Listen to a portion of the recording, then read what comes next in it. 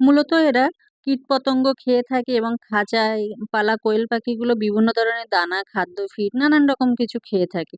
তো আমি এদেরকে শুধু খাদ্যশস্য দিচ্ছি আর মাঝে, মাঝে কলার খোসা কুচিয়ে, কুচিয়ে দেওয়া হচ্ছে। এই কলার খোসাতে প্রচুর, প্রচুর পরিমাণে ভিটামিন থাকে তার জন্য কলার খোসাটা দিচ্ছি। আর ক্যালসিয়ামে তো ভরপুর। আর এদের যে জায়গায় ছিল সেই জায়গা থেকে আমি একটু স্থানান্তর করেছি। তার কারণ হচ্ছে বড্ড ছোট জায়গায় ছিল আর এখানে একটু বড় জায়গা করে তার উপরে কাঠের গুঁড়ো দিয়েছি। আর এদিকে যে মুরগিগুলো ছিল যে পরিমাণে গরম পড়েছে, গরমে ওরা খাঁচার ভিতরে থাকতে পারছে না। মানে পাখা ঝাপটাচ্ছে, এত গরম।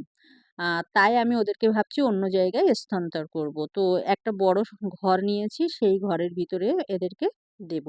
আর এই যে এদেরকে ছেড়ে দিয়েছি যেন এরা জীবন ফিরে পেয়েছে এমন একটা অবস্থা। আর এই যে এর ভিতরে কাঠের গুঁড়ো দিয়েছি, আর উপরটা সিলিং করা আছে, পাখা দেওয়া আছে, দরজা জানালা বেশ হাওয়া যাওয়া আসা করবে এরকম একটা জায়গা। বেশ ভালোভাবে এদেরকে রাখার জন্য চেষ্টা করছি। আবার কিছুটা দরজা খুলে দিয়েছি বলে নেমে চলে এসছে।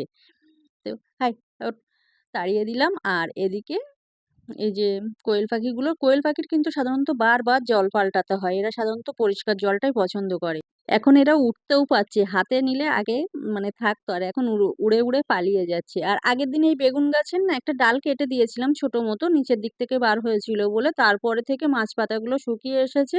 আর তারপরে আজ দেখলাম একটা বড় পাতা শুকিয়ে গেছে। এর কারণ কি ডাল কাটার জন্য না এই গরমের জন্য আমি বুঝতে পারছি না। আমি নতুন যদিও চাষবাস করছি ছাদের উপরে। তো যারা জানেন অবশ্যই একটু কমেন্টে জানিয়ে দেবেন। আর এদিকে যে লঙ্কা গাছটা পুঁতেছিলাম, লঙ্কা গাছে মানে পুরো ঘাস হয়ে গেছে। এই অবাঞ্ছিত মানে এদেরকে চাষ করতে হয় না। অলরেডি কোথা থেকে চলে আসে আমি জানি না। যাই হোক সে ঘাসগুলো সব তুলে দিলাম। আর হ্যালো এভরিওয়ান, যদি ভিডিও ভালো লাগে একটু লাইক দিয়ে পাশে থাকবেন। আর কে কোথা থেকে দেখছেন অবশ্যই কমেন্টে জানাবেন। আর আগের দিন বলছিলাম না যে অনেকগুলো চারা আছে কিন্তু টব নেই। তো একসাথে এক জায়গায় পুঁতে রেখেছিলাম। আর আজ একটা টব রেডি করেছি। আর সেখান থেকে একটা বেগুন গাছ নিয়ে মানে পুরো একেবারে কমপ্লিট করে টবটা রেডি করে রেখেছিলাম। এবার এখানে দিয়ে দেব। দিয়ে এখানে পোঁতার পরে কিছুটা কম্পোস্ট দেবো। দেওয়ার পরে আবার কিছুটা জল-টল দিয়ে রেখে দেবো। এখন সন্ধ্যে ৭ঃ০০ বাজে। তো এই সময় পুঁতে দিলাম সারারাত ধরে শিকড়গুলো ঠিকঠাক হয়ে যাবে। না হলে সকাল না হতেই আবার রোদ পেয়ে যাবে। যাই হোক এবার জল দিয়ে দিচ্ছি।